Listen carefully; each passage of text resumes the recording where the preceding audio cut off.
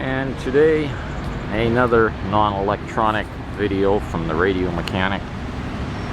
We're here in Thailand for the winter. Today we're going to visit the National Aviation Museum of the Royal Thai Air Force and another hidden gem here in Thailand. This is a free museum and they claim to have some very rare aircraft here that are one-offs left over from World War II. And before I've even entered the main museum building, I'm going to pan around here. We've got an old C-47 Skytrain. Now a lot of these were left behind here in Thailand after the Vietnam War. Air America left a bunch of these behind. But right in front of me, I believe this is a T-6 Texan trainer.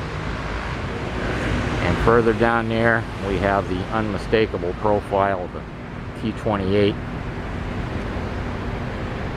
as well as a scattering of, civilian type aircraft that we use for training. But this is just what's outside, so I'm kind of excited about getting inside this building. And again, this is a free museum, and it has very high ratings. And here is a snapshot of the the Wikipedia page that lists all the aircraft that are supposedly here in this museum. So I'm kind of excited about getting inside and seeing what we've got. You can pause this. I'm going to move on here, but you can pause and read the list. Here inside the door, we have this guy greeting us. No, I'm not a jet aficionado. I have no idea exactly what this is. But it's an interesting display right inside the door here as we come into the museum. So I'm going to wander on,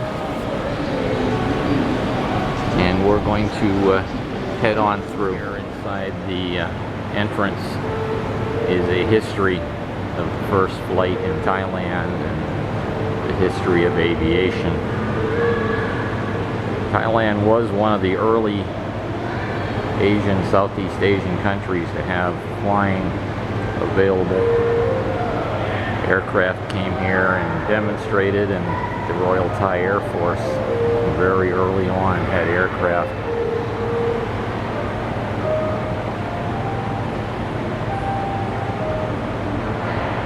So if you come in here, you can take your time. I'm not going to focus in on all of this, but you can read the history. Our first display here is a Newport 4. Actually, I believe these are replicas because the engines appear to be of modern manufacture, highly machined. And I don't know how to speak French. Rouget 3. And what's impressive is the size of these aircraft. The wingspan and the wing area for the fact that they only carried one passenger, and probably struggled to do that. I believe this is 30 horsepower, and they say this is a 60 horsepower 5-cylinder rotary.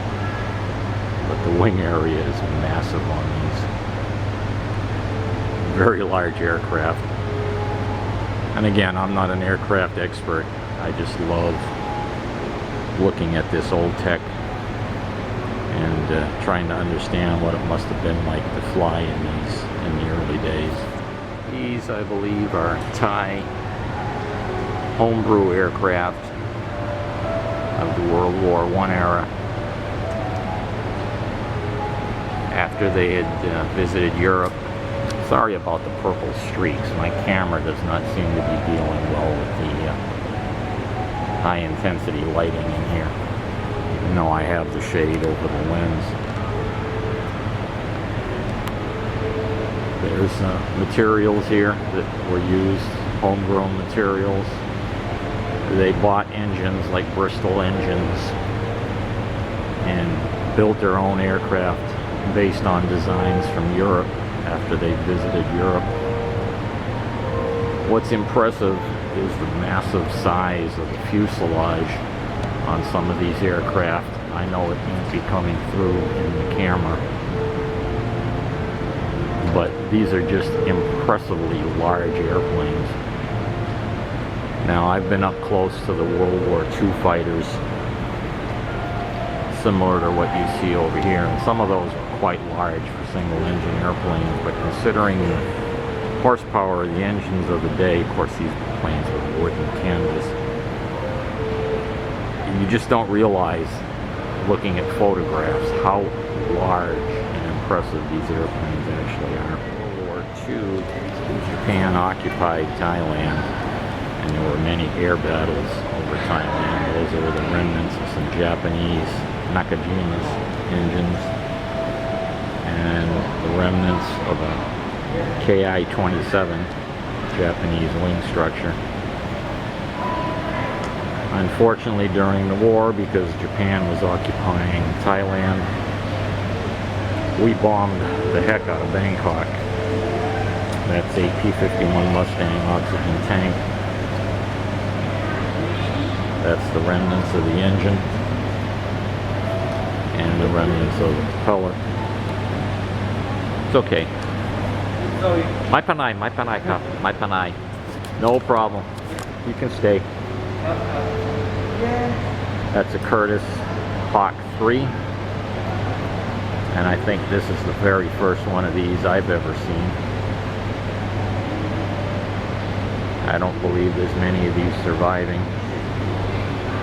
And this is a Vought Corsair, an early one, carrying quite an impressive armament load. It's a 93S Corsair. Machine guns in both wings. What look to be, I don't know, those are 250 pounders, or I have no idea how heavy those bombs are. Again, I'm not an expert. And there's a rear gunner's position.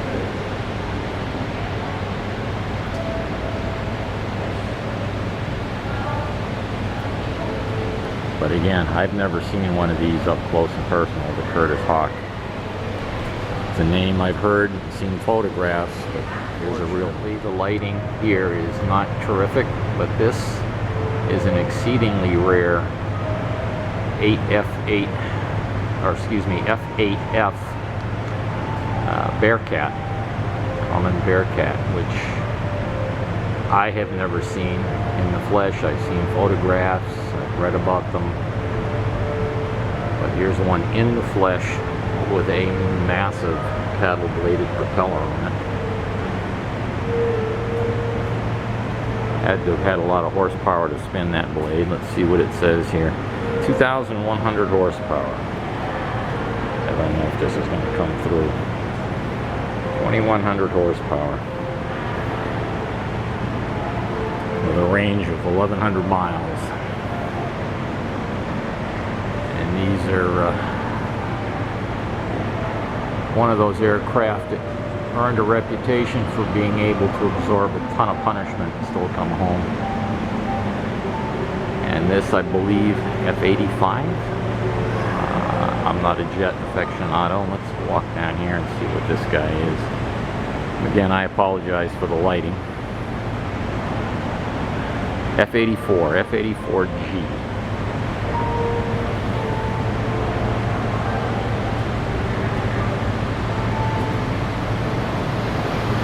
Something a little more modern.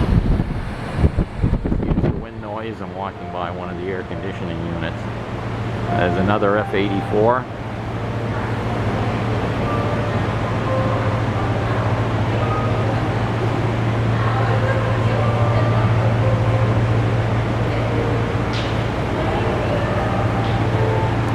And an F-5. Very nicely displayed. F-5B trainer version of the F-5A. And if I swing around here, there's an F-5A single-seater. Now, the F-5B that's here is purportedly the very, very first one off of the production line. And it preceded the F-5A. This was the trainer version. And It's here in Thailand. It says on the tail, the first of the world, and on the placard over there it says it's the very first F5 off of the production line, period. So it ended up here in Thailand. And you can climb up there and look inside the cockpit. This is a Gripen. Again, I'm not a jet aficionado, but Gripen C is what it says. From Sweden. And again, you can get up and look inside the cockpit. Not for the claustrophobic. Very little room inside there. And over here we have a F-16A Fighting Falcon. And what's really notable about this display compared to the early ones, the early aircraft, massive wings and tiny little engines, and where these planes have diminutive little wings and massive engines, and carry, you know, huge bomb loads. But it's quite the juxtaposition, is that the correct word?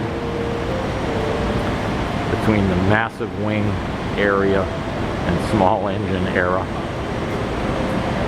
and these aircraft with diminutive little wings and just huge amounts of thrust.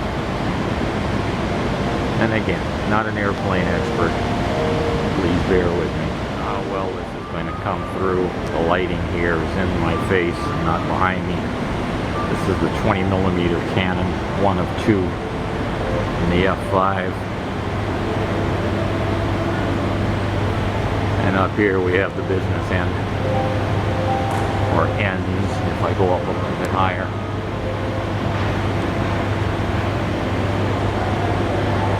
But just impressive how they pack all of this down inside and get these shells, 20mm shells, to feed.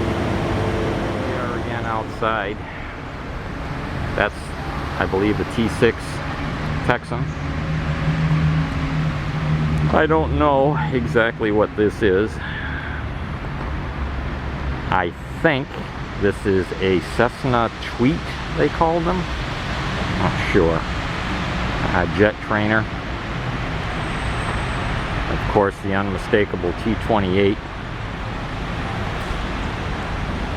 This C-47 Skytrain,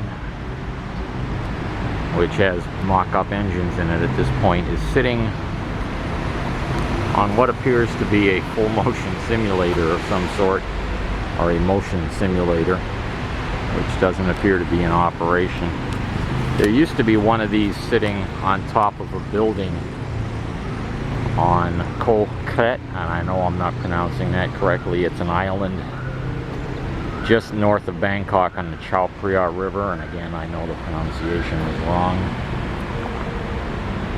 Sat on top of a building there for years, but has disappeared. I don't know where that C-47 went.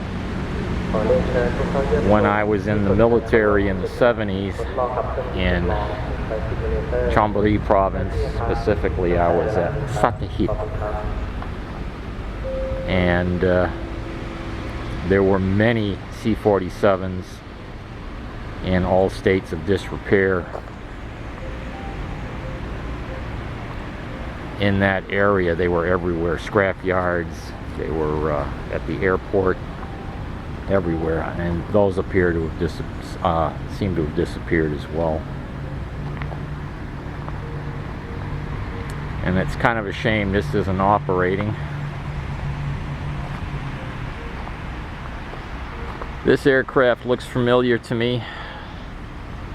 It's obviously an STOL of some sort, short takeoff and landing, but again, I'm not an expert. I don't remember the name of that guy. It says maximum of 20 people. Smoking prohibited, yada yada. It's too bad this isn't operating. Be fun to go inside, but I've flown inside of C-47s and DC-3s. This is my era, being an old fart. Fell in love with the DC-3 when I flew in them when I was a cadet in Civil Air Patrol. And went up in several DC-3s and several C-47s over the years. True flying. Kind of sad to see these things parked outside in the weather. And being, you know, the sunshine is just degrading them.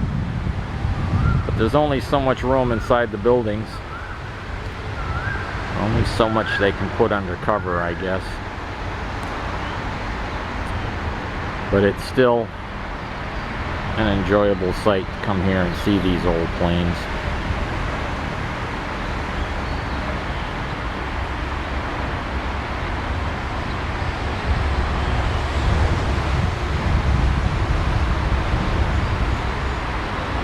And again, this is free museum. If you're here in Bangkok, there's a Sky train station right here next to the museum. You can get off, take the Sky train from Bangkok. It's just a short ride. And you can come here to the museum, spend a few hours soaking up the aircraft.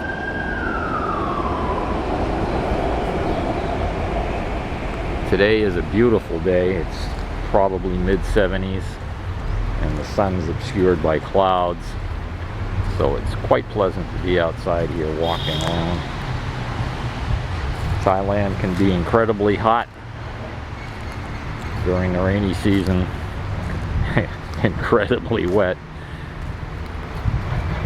But today is just one of those picture-perfect days for coming out here and walking around. And here we have more training and or observation type aircraft. The plane that's right here in front of us is something I have never seen before. It's a turboprop twin boom tail, obviously for observation.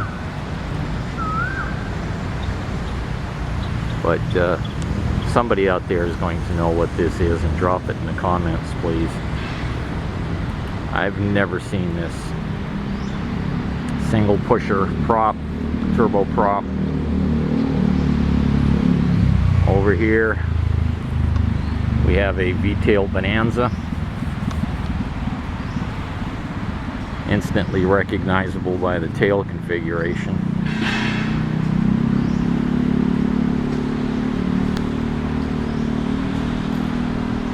And missing its propeller.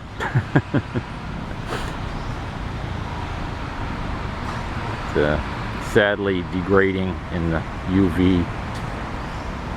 The ultraviolet here in Thailand is extremely strong, and it doesn't take it long to destroy plastics. And we'll wander over here and see some of the newer stuff. Okay, I've just spotted what I think is a Douglas Sky Raider. In fact, I'm certain it's a Douglas Sky Raider. One of the last massive piston-powered aircraft that was developed near the end of World War II. Involved heavily in Korea, and even in Vietnam they used these things to go in after radar installations. Before they had dedicated aircraft to do that, jet aircraft to do that, these things were used for ground support in Vietnam. They'd taken an incredible amount of punishment. But yeah, very, very easy to spot this one with that huge, massive four-bladed prop on the front and the very truck-like looking fuselage. I have no recollection of how much ordnance this can carry, but it was massive.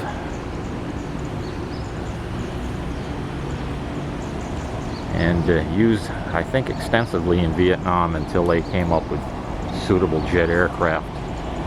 But these could fly low and slow down in the valleys and provide ground support.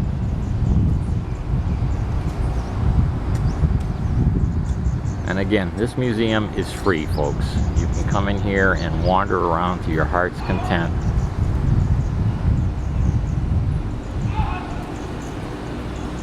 And we have a whole bunch of aircraft down here I haven't seen yet, so we're gonna head down in that direction. I can't tell you the designation, but I believe these were what they call COD, or carrier onboard delivery, for aircraft carrier, short takeoff and landing.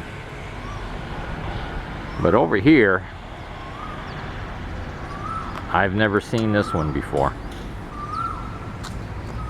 And looking at that fuselage, that's just that's an oddball to me.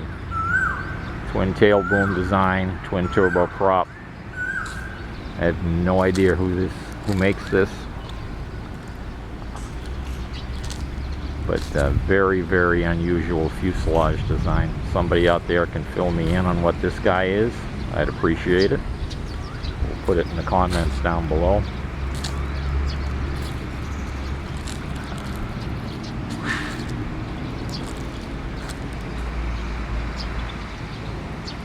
No idea.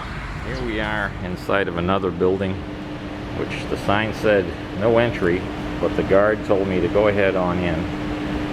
So it's Royal Thai Air Force, Royal Thai RTF Bourget 14, I guess. Again, I'm not a French speaker, but again, massive wings, massive wing area. Small little engine, wooden prop.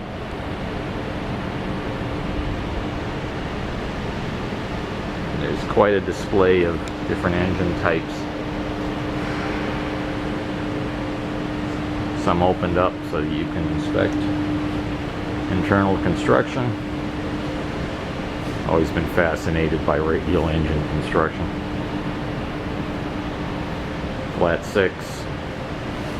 This is a rotary engine as opposed to a radial engine. In this case, the entire engine spins with the propeller, where in the case of a radial engine, the radial engine stays stationary when the propeller spins. But early on, when they had cooling issues, they found they could spin the whole engine. Of course, it led to problems with carburation and fuel flow to they had issues, but it worked for the time.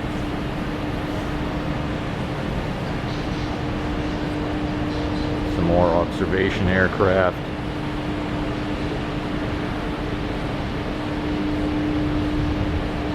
A little yellow guy here, I believe is British. Is that a Ferry Firefly? Ferry something? We'll get down here. You can see the corrugated fuel tank up there overhead, gravity feed for the fuel. Tiger moth, I'm sorry. Tiger moth. I should have known that. De Havilland tiger moth. And why I called it a firefly, I don't know. I knew that was a tiger moth. I've seen them before. But in the spur of the moment,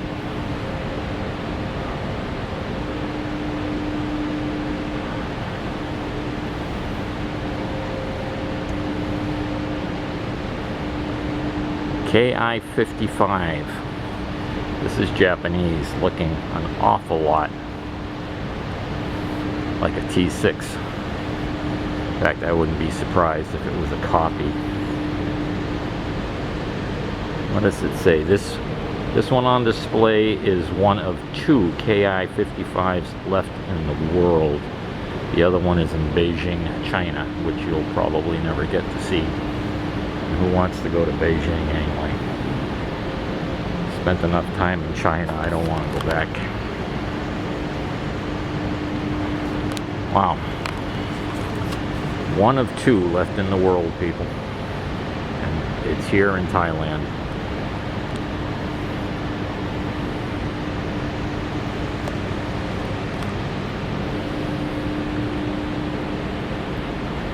We want to have one here with British round rolls on it. Okay, for the kids, for the jet kids, F5EF. remember seeing a sign in a B-24 cockpit window at one of the air shows, and it said jets are for kids.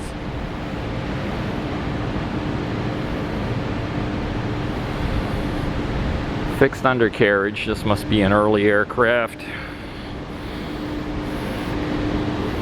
Curtiss Hawk 75N, 1937. Okay, this Hawk 75N on display is the sole surviving fixed landing gear Hawk 75 in the world. Why is that so dark all of a sudden? What happened? Something's wrong. Something got set. Let me try to figure out what happened to the camera here. I must have pushed a button. Okay, I don't know what happened. All I did is stop the recording and restart it. And it opened up. I don't know how long it's been in that mode. Royal Thai Air Force Curtiss Hawk 75-1, the last one in the world with fixed landing gear. And that I don't know when the problem started, so I'm going to swing back here to the Japanese airplane that looks very much like a T6. I don't know when I accidentally hit something on the camera.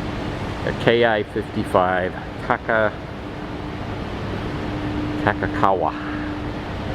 Excuse my Japanese pronunciation, my Japanese friends.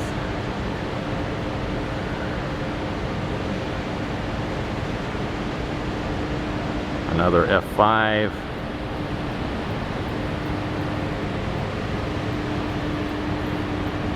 Look at that NACA ring around the engine. The predecessor to NASA. Boeing 100E. This Boeing 100E is the oldest Thai aircraft that exists. Purchased 2 Boeing 100Es in 1931. An export version of the P-12E. Fascinating.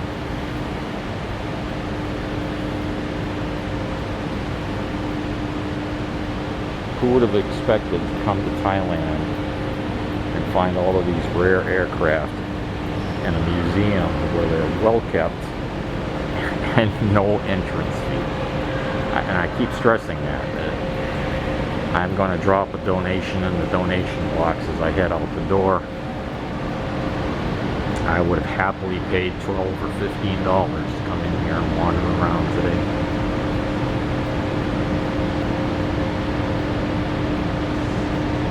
And please excuse the handheld camera work. This is an old camera. It's not a steady cam. I wasn't planning any of this when I came over. This is a camera that normally sits on my bench, fixed on a tripod for use in shooting videos on my workbench. Well suited for that, not well suited for this. Okay, we're going to wander over to another part. Here, this guy makes me feel very much like Mel Gibson in Air America. If you've seen that movie, where they're flying around during the Vietnam War, smuggling drugs and people.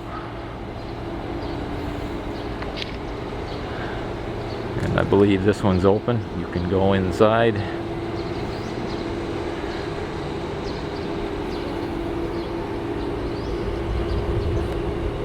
We'll head on up in here.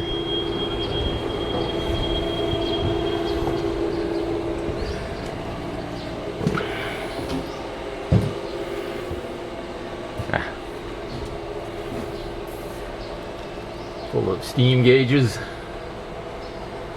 Old school Fairchild. Kids must love climbing up in there.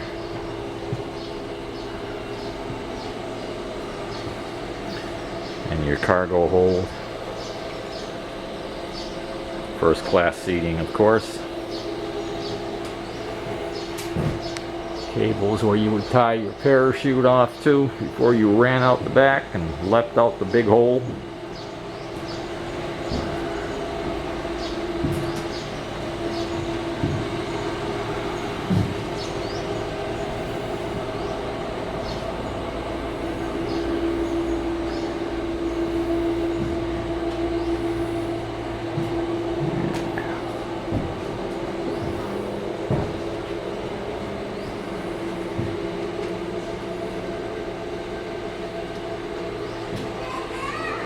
Looks like the flight engineer's seat here would swing over into position once the pilots were on board.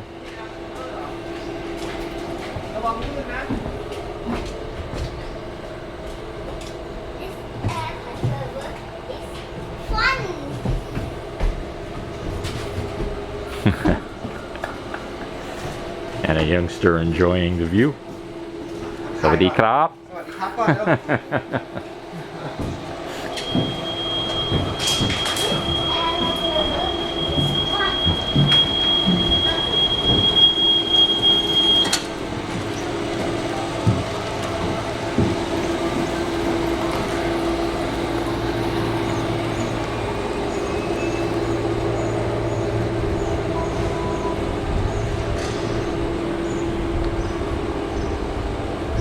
Another trainer that I'm not familiar with, turboprop, probably early jet training, so they understand the lag of the turbine engine.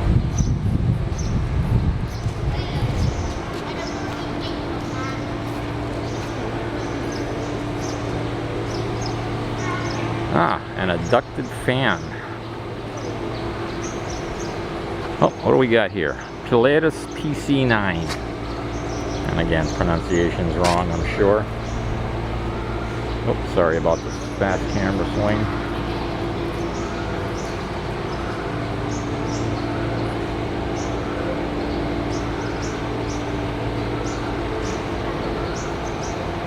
Fan Trainer FT600, German manufacturer.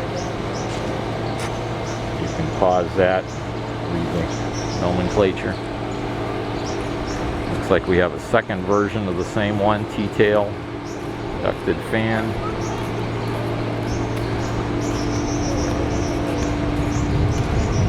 This is the 400.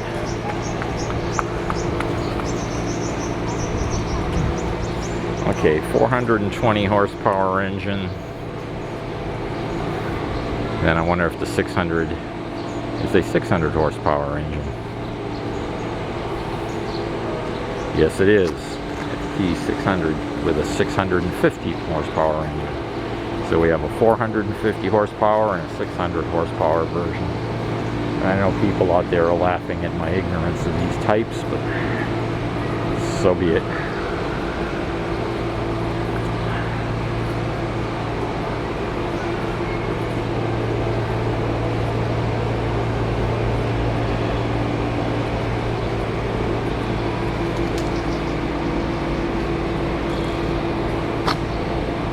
New Zealand PAC CT4A. And again, if you want to read that, just pause the video, read the nomenclature plate.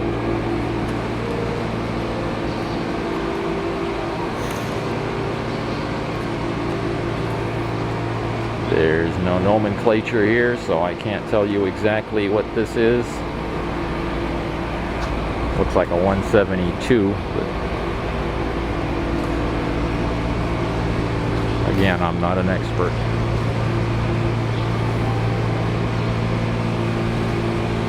CT4A, a lot of aircraft from New Zealand, which makes sense.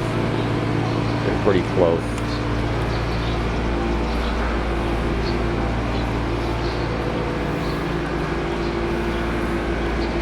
Cessna Dragonflies A37B replaced the F-86 Sabre. Attack Type 6. Yeah, I'll just let you pause that and read it for yourself. Appears to carry quite an ordnance load.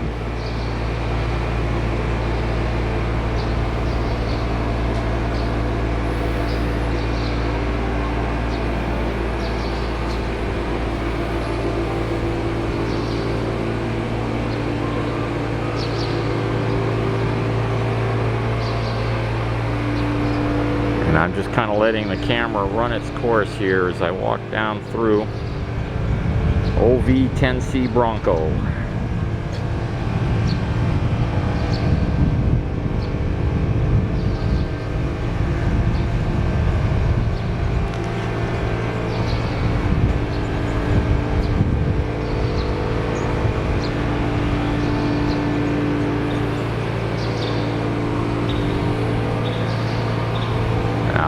Is this a T6, or am I being fooled again?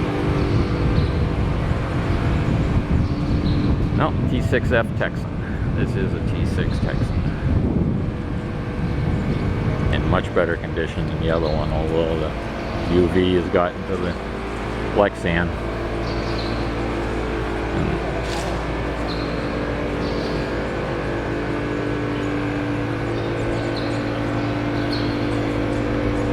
Some jet types I'm not familiar with. They don't have any nomenclature plate in front of them, so I can't give you any information, but that looks all the world to be Soviet Union or Chinese.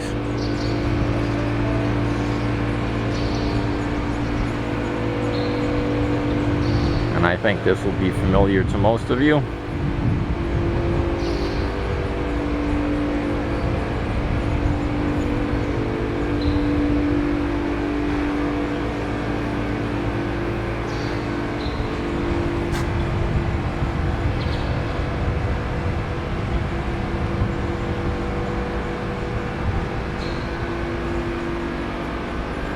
Ubiquitous Spitfire.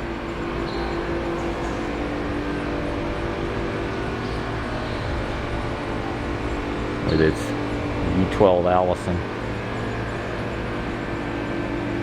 This is one I'm not familiar with.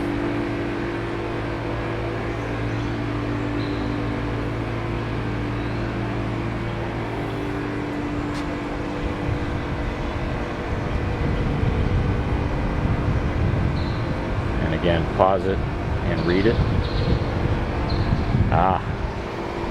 And of course, this one's unmistakable. We're looking at one of the Harrier jump jets here.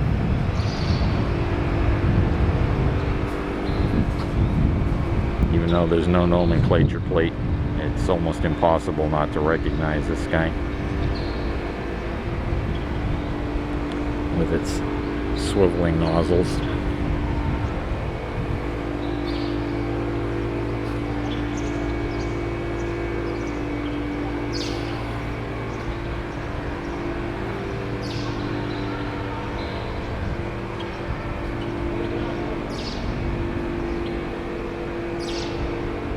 Can somebody fill me in on exactly what this is? Obviously designed for carrier use and air-to-air refueling. For those of you wondering just how close the Bangkok SkyTrain station is to the museum, you can see museum displays here and the actual station itself with an exit right there. So if you come on the SkyTrain and you get off at the Royal Thai Air Force Museum stop, I don't know what exit number that is, but I'm sure it's easy to figure out from the platform. All you have to do is look down and find the museum, because that's the platform up there. You can easily see over the fence when you're up there. The girlfriend dropped me off here. I told her, drop me off. And she said, I'll go with you. And I said, no, in 10 minutes you're going to be bored. You want to go home. So I made her drop me off and leave me here this morning. I didn't take the SkyTrain. I was going to, but she insisted on dropping me off. But that's the SkyTrain station, and immediately you have displays down below, including what I've been showing you on the video. And I'm not sure exactly what this guy is. British roundels under the wing and Thai colors on the tail. Somebody can probably tell me exactly what that is. We appear to have a bit of a graveyard here of spare parts.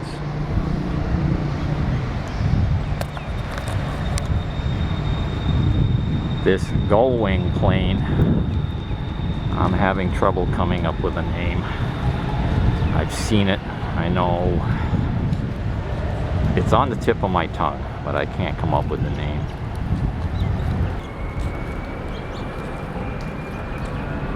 Massive 4-blade prop.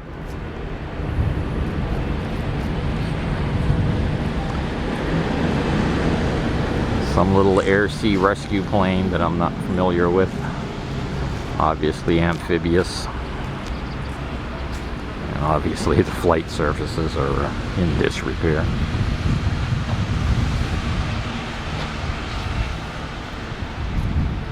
And I've probably reached the end of the displays here. I've been here a couple of hours wandering around. Well worth the stop. Very, very pleased. I'm going to wander back into the main building and drop them a donation. I'm going to drop them about 12 bucks worth. I believe it's well worth that. Okay, don't know if I pressed the button or not, so we're going to do this again. Not sure what this is. Looks like a Sabre jet. Not an expert on these early jets. Somebody out there can tell me in the comments, but this is just one more aircraft on display here at the Thai Air Force Museum. For you helicopter aficionados, we have you covered as well. Everything from Vietnam era Hueys to old Sikorskys with the radial engines that powered them.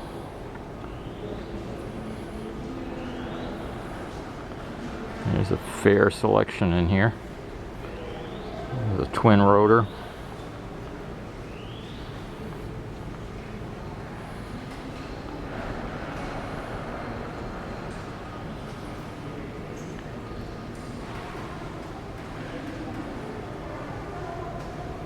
This looks like it might have been a turbine conversion. I don't know.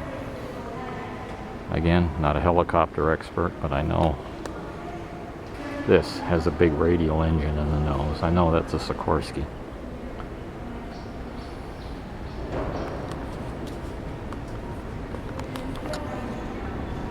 And the little bell from Korean War MASH fame. This is an old Sikorsky.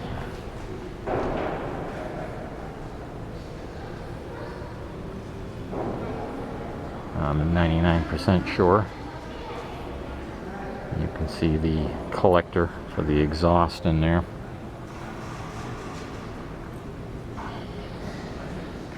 For those of you who watched MASH,